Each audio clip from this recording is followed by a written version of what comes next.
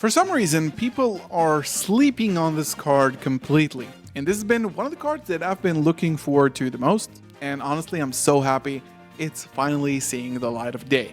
Can you guess which one it is? It has something to do with Chimera. It's a Fiend. It's a level 6. Oh, that sounds pretty bad already. But hey, it's the Duke of Demise. It's really cool and really based, and it's not related to Fiendsmith, not directly, at least. Let's talk about it. So, Maze of the Master is coming out in a couple weeks on the 13th. It's already the 5th. So yeah, it's coming out pretty soon. And I wanted to discuss a card that is really close to my heart, and I've been waiting for a long time for this card, and I think it's kind of slept on. I really want to experiment with this card as soon as it comes out. Honestly, it's probably going to be in my first Chimera deck profile, so stick around for that on the channel. Make sure you're subscribed and have the bell on. But let's cut to the chase. We talked about it a little bit in the Maze of the Master Should You Buy video, which you should definitely check right after this video. And it is the Duke of Demise. It's an anime card. This card is really good, and it's been seeing a ton of play in the OCG, and there's a good reason why. So let's talk about what is this card. It is a fusion fiend monster. It's a dark monster. It's level 6. That is a great typing attribute and level for a fiend monster in 2025, unless Fiendsmith Engraver gets banned by the time this video comes out. It has 2000 attack, 1700 defense, and it requires 2 fiend and/or zombie monsters. So first of all, already you know that it has something to do with zombies or fiends, right? Because of the typing. A lot of these decks, including a Lich, I think some of the basic zombie decks, and of course, Chimera and Fiendsmith decks are basically fusion decks, right? This is what they kind of want to do, right? They fuse a lot, especially with Lich and the new support. A lot of the new cards kind of push you towards fusion summoning, and this is going to be one of these reasons why the Duke of Demise is such a good card for this metagame and this sort of like ecosystem, right? Now, besides that, of course, you know, it requires 2, possibly just 2 fiends, right? It can be 1 fiend and 1 zombie. It could be 2 zombies, but it can also be 2 fiends, which I think is really powerful just as a super poly target because it has really good effects as well. So first of all, up until now, obviously you can use Garura on fiends. You have Mud Dragon that can deal with fiends, but this is like generically for fiends, and I think what this was missing, I was really missing this card in Unchained format, right? All of them are fiends, but they're all like water, fire. It was so annoying to just stare at a board full of fiends and you're like instinctively thinking, yeah, these should be lights, especially darks, right? Dark fiends, so common in Yu-Gi-Oh! But no, they're like water and fire, which is extremely annoying. But now we have a way of dealing with them with super polymerization. So that's beside the point, just like really strong typing on this card.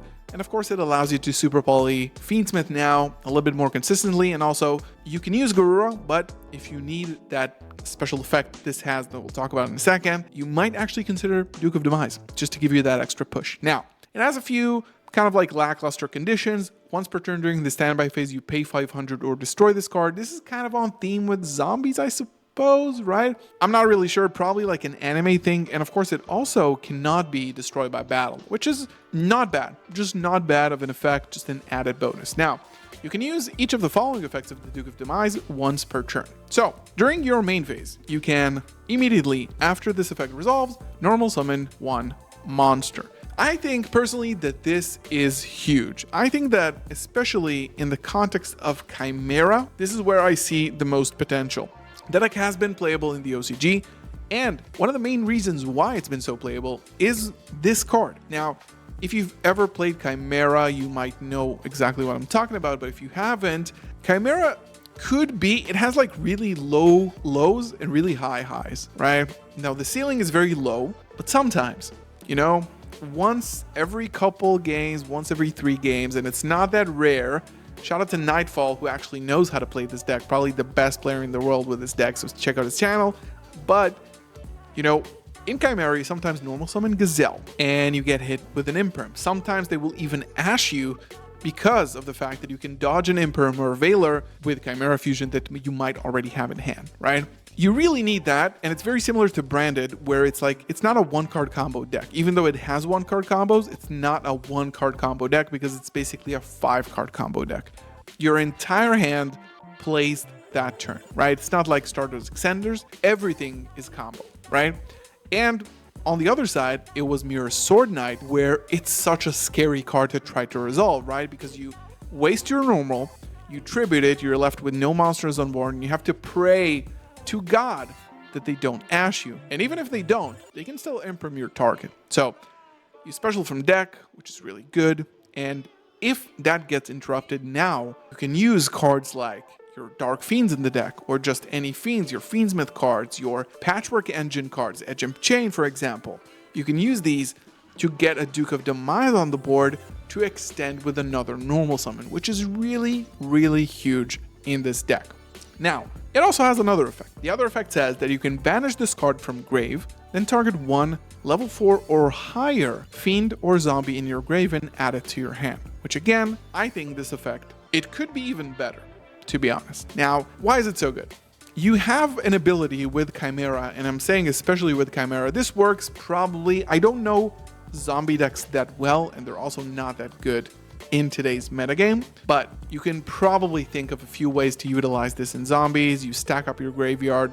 It's usually really, really strong. But in Chimera specifically, or even Memento, by the way, you have a way to get Fiends into the grave with Baphomet, right? Fusion Baphomet can send any Fiend from deck to grave. Now, you can use this as, for example, an extender, right? You can use this to get, of course, your Chaos Hunter into the grave, your Fiendsmith cards. Usually today, you will use this as a way of sending Evil Hero Sinister Necrom to the grave. So you can summon back, you can banish it, you can summon from deck the Adusted Gold, the Light Fiend, you start your Fiendsmith combo. But now, you can get even more value with this card, because now with Baphomet, you can send something like Fiendsmith Engraver. Then the Duke of Demise can bounce it back to hand. You can use Engraver's effect, which is so much stronger, especially when you already have cards set up. But anyway, just like using the Duke of Demise and using Baphomet to get any Fiend to the hand, right? You can do this with Chaos Hunter too. You need Chaos Hunter? Great. So you dump it off of Baphomet, you use Baphomet and another Fiend to fuse into the Duke of Demise, you get it to the graveyard somehow, and then you banish it, you put back the Chaos Hunter to hand. Exceptional.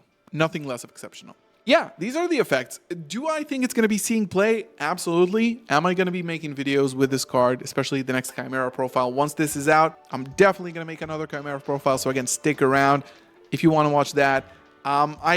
I really want to know if you like these types of discussion videos on like one single card, because this card was like, it's so multifaceted. It has so many uses that you can just talk about this card for 10 minutes.